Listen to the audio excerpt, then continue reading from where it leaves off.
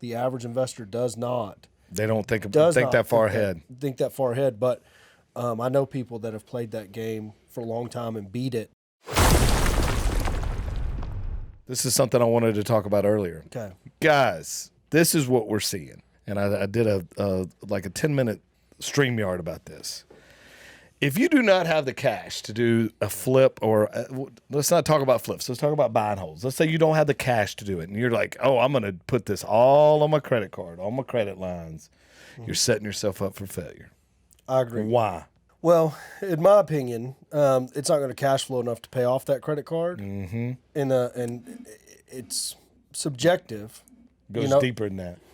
Well, but you're not going to be able to refi. Yeah, you're not going to be able. Well, yeah, debt to income. Not debt to income. It's just going to lower your credit score to where you don't qualify.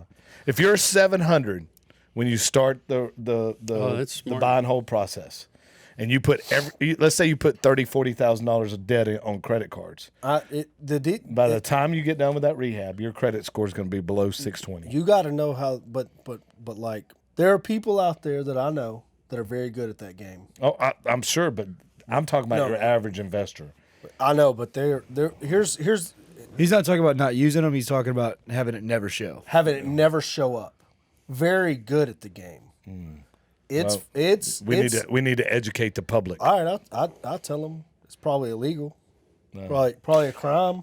But if you know what day your credit card reports, so let's say every month your credit card reports the balance on the 15th, but it's the balance that was there on the 14th. Mm-hmm. Okay, if you pay off that balance on the 14th. Okay, so you have, say, 3 credit lines. You just move that balance before the reporting day to another credit line. See, that's smart. And the credit score will stay up because it looks like you're carrying little to no balance. And actually, you got to leave a little bit of a balance. They want to see a little bit of balance. Around 30%. Yeah. So they just move it, and I know people that have played this shell game for years. Granted, I will give you there are probably smart people out there that know how to do this. I'm talking about your average everyday person that doesn't know what the effects of credit will do to them. Credit line, and then again, it also depends on the amount of the credit line. You know, at one point in time, we had $300,000 or $400,000 in credit lines. So $100,000 on a credit line for us didn't negatively affect our credit.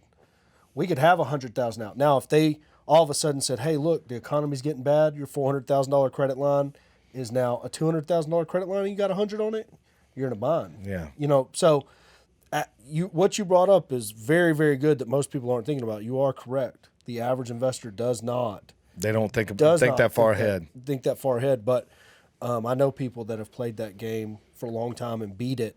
But you've got to be educated on how to beat it.